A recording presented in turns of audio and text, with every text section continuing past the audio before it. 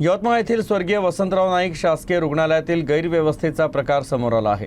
रुग्णाला उपचारासाठी दाखल केल्यानंतर स्ट्रेचर न मिळाल्यानं नातेवाईकांना मोठा त्रास सहन करावा लागला। तसंच उपचारात झालेल्या दिरंगाईमुळे संतप्त नागरिकांनी रुग्णालय प्रशासनावर आपली नाराजी व्यक्त करत कारवाईची मागणी केली आहे।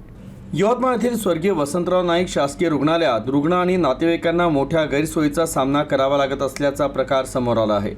जामनकर नगर येथील खांडेकर कुटुंबियांनी त्यांच्या आईला उपचारासाठी दाखल केल्यानंतर स्ट्रेचर अभावी त्रास सहन करावा लागल्याचा आरोप केला। कर्मचाऱ्यांकडून सहकार्य न मिळाल्यानं नातेवाईकांनी स्वतः व्यवस्था केली। तसंच मागील दरवाजा बंद असल्यानं रुग्णाला लांब मार्गाने न्यावं लागलं।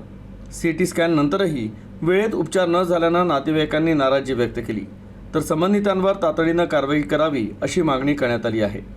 मी सरकारी दवाखान्यात जेव्हा भरती करायला आलो तेव्हा त्यांनी थातूरमातूर जी चिकित्सा राहते ती केली।